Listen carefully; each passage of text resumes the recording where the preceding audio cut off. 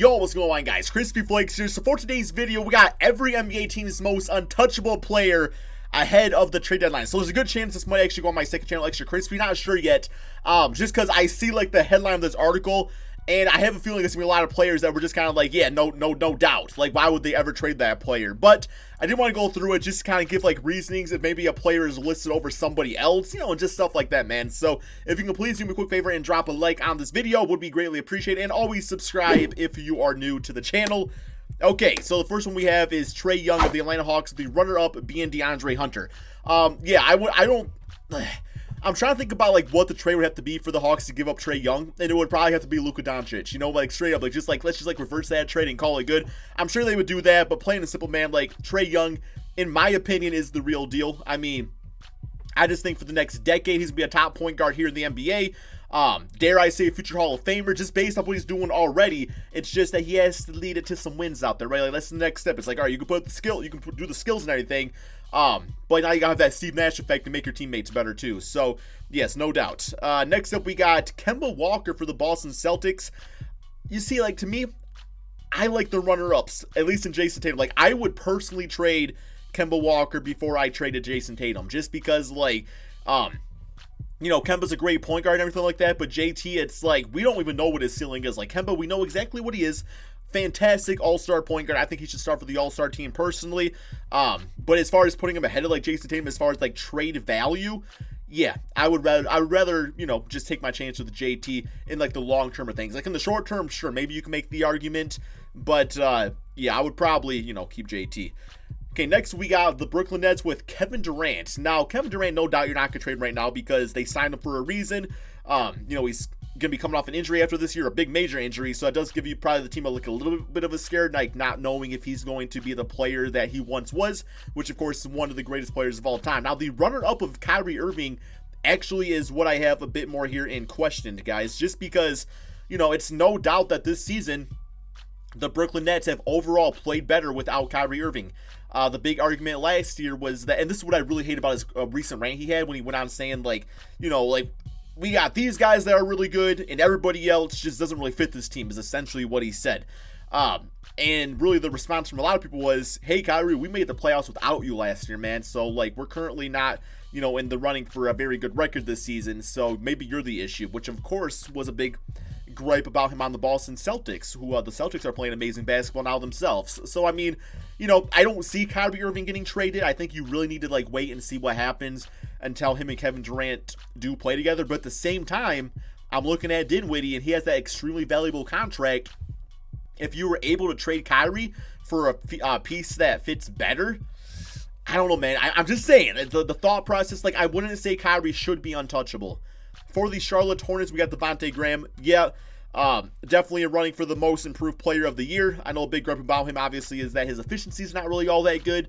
But at the same time, it's like, Kemba Walker left the team. You guys signed Terry Rozier to a pretty large contract, although he's playing good basketball himself, but you really found a diamond in the rough. A guy that's on an amazing contract, getting paid like minimum. I think he's getting like $1.62 million a season, something like that.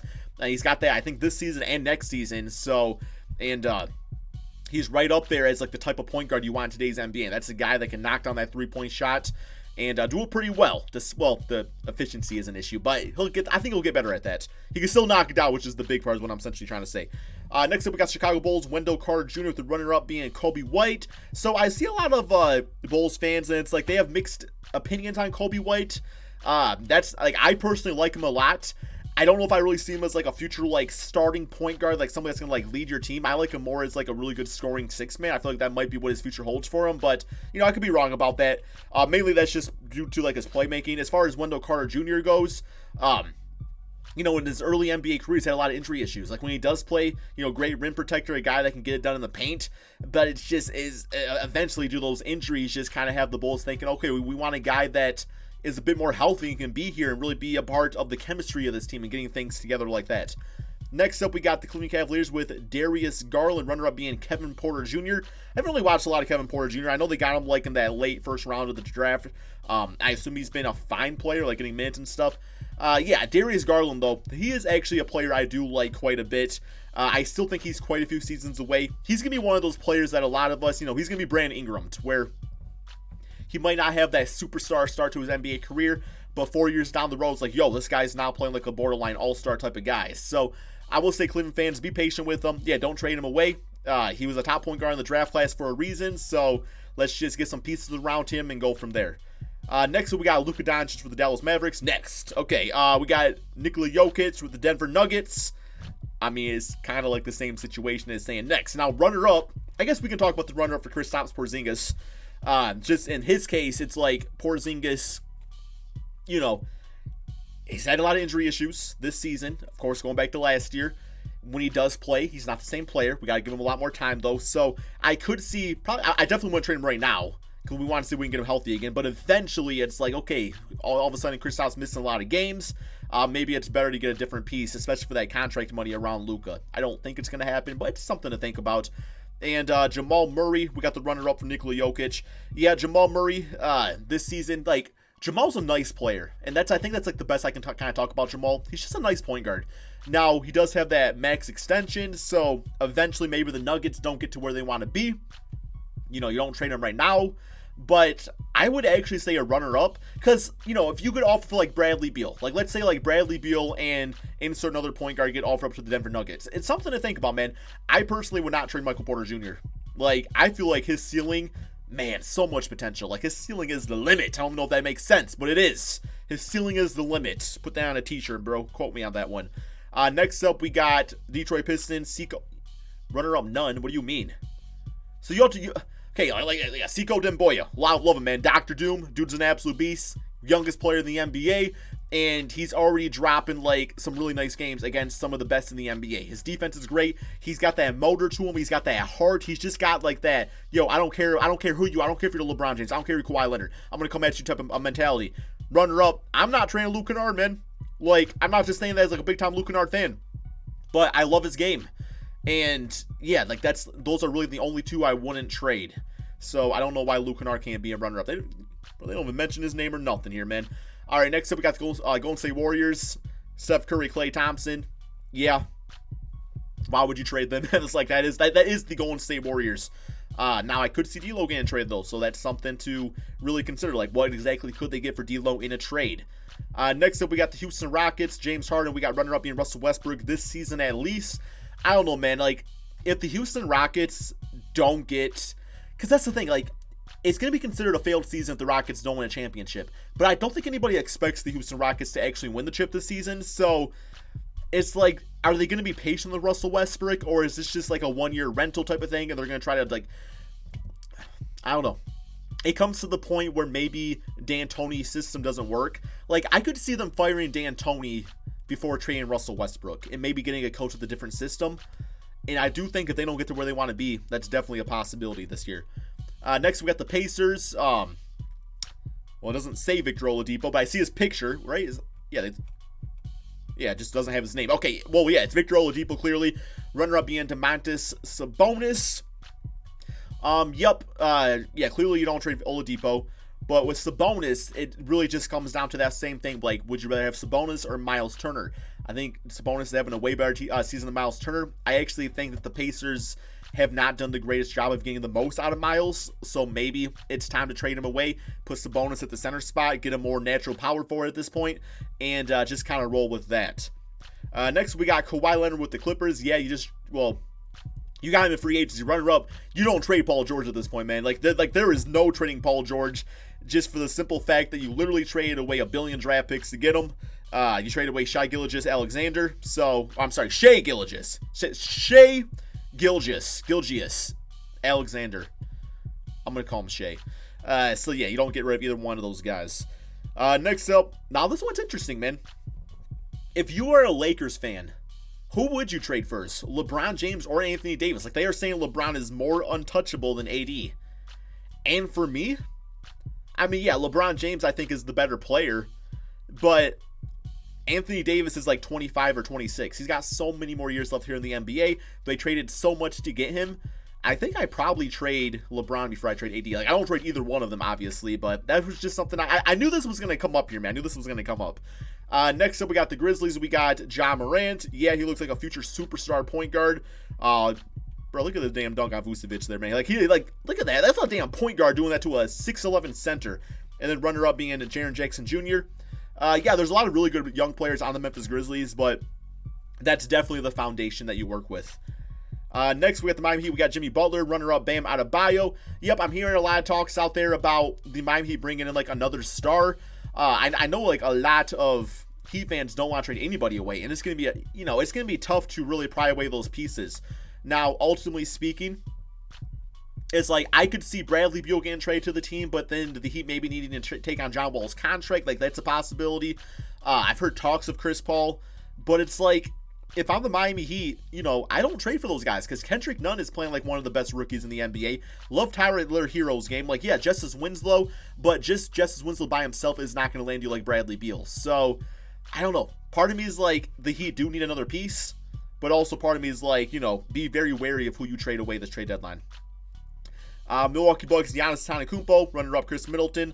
Yeah, obviously not trading Chris. I'm sorry, Giannis. Now, Chris Middleton, yeah, I don't trade him either because the Milwaukee Bucks are the best team in basketball right now. Don't break it if it ain't broke. No, don't fix it if it ain't broke, right? That's the saying. Next, we got Cat with the Minnesota Timberwolves. Runner-up being Jarrett Culver. Okay, I disagree about Jarrett Culver. If there's an opportunity to trade for D'Lo, and that means you have to give up Jarrett Culver because, you traded away Jeff Teague, which he probably would have been part of some sort of trade, but the Golden State Warriors are not just going to give them D'Lo. But if there's an opportunity to do a trade of Jarrett Culver, Robert Covington, first-round draft pick, I'm doing that every single time if I'm the T-Wolves. Like, you got to get some more pieces around Karl-Anthony Towns. Wiggins is fine. Cat's obviously a great player. But you're in the Western Conference, and it's like you have been kind of stuck in that bad, mediocre spot for so many years now. Like, Jarrett Culver's not going to save them by the time this team needs to be saved. You got to make Cat happy right now. Next, we got the Pelicans. Zion Williamson, runner-up Brandon Ingram. No disagreements there. Got to see what Zion can do first, but clearly you're not going to trade him away. And then Ingram playing like a borderline all-star, if not an actual all-star this season. New York Knicks, R.J. Barrett, runner-up Mitchell Robinson. Yeah, when I heard about the Knicks wanting to trade for Andre Drummond, I was so confused. I was like, why would you do that? Like, Mitchell Robinson is a cheaper version of Andre Drummond. I mean, some might say he could potentially be better. I think he potentially could. And right now, I don't think he's a better player. But, yeah, RJ Barrett, Mitchell Robinson, two big pieces of the future. Guys that are on rookie deals. Guys that are nice pieces to have when you are trying to attract free agents in the 2021 NBA offseason. Like, these are guys where it's like, hey, we got the two pieces right here. Kawhi Leonard, Giannis, somebody, come be the missing piece of this New York Knicks squad. I don't think they're going to get either one of those guys. I'm just saying. Next up, we got the OKC Thunder with Shai Gilgeous-Alexander, runner-up Darius Bazley. I don't know much about Darius Bazley. I've seen him play a little bit. I think he's like a stretch big, but, if the offer's right, I'm trading him away. But, yeah, Shai, this dude's amazing, man. Like, definitely another player that's in the running for most improved player. I wonder if, like, Clipper fans are, like, reluctant or just kind of, like, have buyer's remorse that they gave up so much for Paul George when they could have had Shai on the team. I'm sure probably not because Paul George is great, but still. It made that trade a lot less one-sided. Next up, we got the Orlando Magic with Jonathan Isaac. I really got to see how he is when he comes back healthy. Hopefully he's the same player. But, yeah, Jonathan Isaac and Markelle Fultz. I love what Markelle Fultz is doing right now. And I think he's finally found himself a home here on the Orlando Magic, a team that respects him, a team that's going to be able to really just bring him up to the type of player he can be, being that first pick back in that, has it been like 4 years now? Like, what was it, 2016 draft? I don't remember, man, but not too long ago. All right, next we got Joel Embiid of the Philadelphia 76ers, runner-up Ben Simmons. Yeah, every now and then there's like little talks of the 76ers maybe trading Ben Simmons away, just because it's one of those horrible cases where these are both some of the best players in the league. But that does not always mean it's good to have those guys together. Like, Ben Simmons without Joel Embiid, when he's been gone with, like, injury that dislocated finger, Ben Simmons has been playing some damn MVP basketball. He's been amazing, guys. Defense is great. It's just getting other players involved in everything. So, yeah, I personally would not trade either one of them away. I would much rather see them trade away some of the other pieces and bringing in like a nice shooting point guard / shooting guard and trying Ben Simmons at the 4 spot. Kind of like you can still run the ball through him, but kind of run it like as the Bucks do with Giannis. Next, we got Devin Booker of the Phoenix Suns. Yeah, well, I mean, come on, man. You could get Kyle Kuzma for him, according to Stephen A. Smith. Runner-up being DeAndre Ayton. DeAndre just had his first 2020 game, so that shows good potential right there. It's just going to come down to, is going to be the same case with Ayton as it is with Andre Drummond. A really good traditional center that puts up great numbers but doesn't lead to wins. Like maybe eventually this team wants to go a different route and build around Devin Booker in a different way. We got Damian Lillard of the Portland Trailblazers and runner-up CJ McCollum. If the Trailblazers do not get in the playoffs this year, I would actually look to trade CJ. And I know this is more like trade deadline, but a lot of this is, it's like, yeah, clearly they're not going to trade Damian Lillard to CJ by the trade deadline. So I'm trying to like expand it beyond that. Next up, we got Marvin Bagley first before De'Aaron Fox. I think I would keep De'Aaron Fox before I would keep Marvin Bagley if I had to choose between the two, but I would not trade either one. I think that's just a nice 1-2 punch waiting to happen. Hopefully it can happen sooner rather than later. For the Spurs, we got DeJounte Murray and Derek White. Okay, yeah, nice young players on the team. I mean, they would clearly trade like LaMarcus or DeMar DeRozan for either one of these guys. So yeah, okay, next up we got Toronto Raptors Pascal Siakam, Fred VanVleet. So Fred VanVleet is going to get signed by some team. I assume that if the Toronto Raptors do sign him to a contract this season, that means Kyle Lowry's probably gone. But at the same time, man, I think I would actually rather maybe just keep Kyle Lowry, nice veteran point guard, keep Pascal Siakam, and I would probably keep OG Anunoby before Fred VanVleet, just because it's more of a need over a want. Like, they need OG more than they need Fred VanVleet right now. But Fred VanVleet playing like a damn borderline all-star, so yeah, you could just keep both of them too. Next up, we got the Utah Jazz, Donovan Mitchell, and Rudy Gobert. No arguments there. Keep both those guys. Washington Wizards, Bradley Beal, runner-up Rui Hachimura. I mean, Bradley Beal's not happy right now. I could very well see him requesting a trade. Like, he's still one of those guys that's always in the back of my mind that's like, he could get traded by the trade deadline. I don't think it happens. I think ultimately him and management probably works things out. It's more so just frustration. He needs to be patient about things. But yeah, then Rui Hachimura, one of the better rookies in the NBA class here. But yeah, that's all we got, guys. So I don't know. A lot of these, like I was saying, was very just common sense, but that's why I wanted to talk more about, okay, maybe not so much this trade deadline, but more so like in like the short term, like in the next year or so. Anyway, hope you guys all enjoyed. Be sure to drop that like, subscribe if you're new to my channel, and peace out, my friends.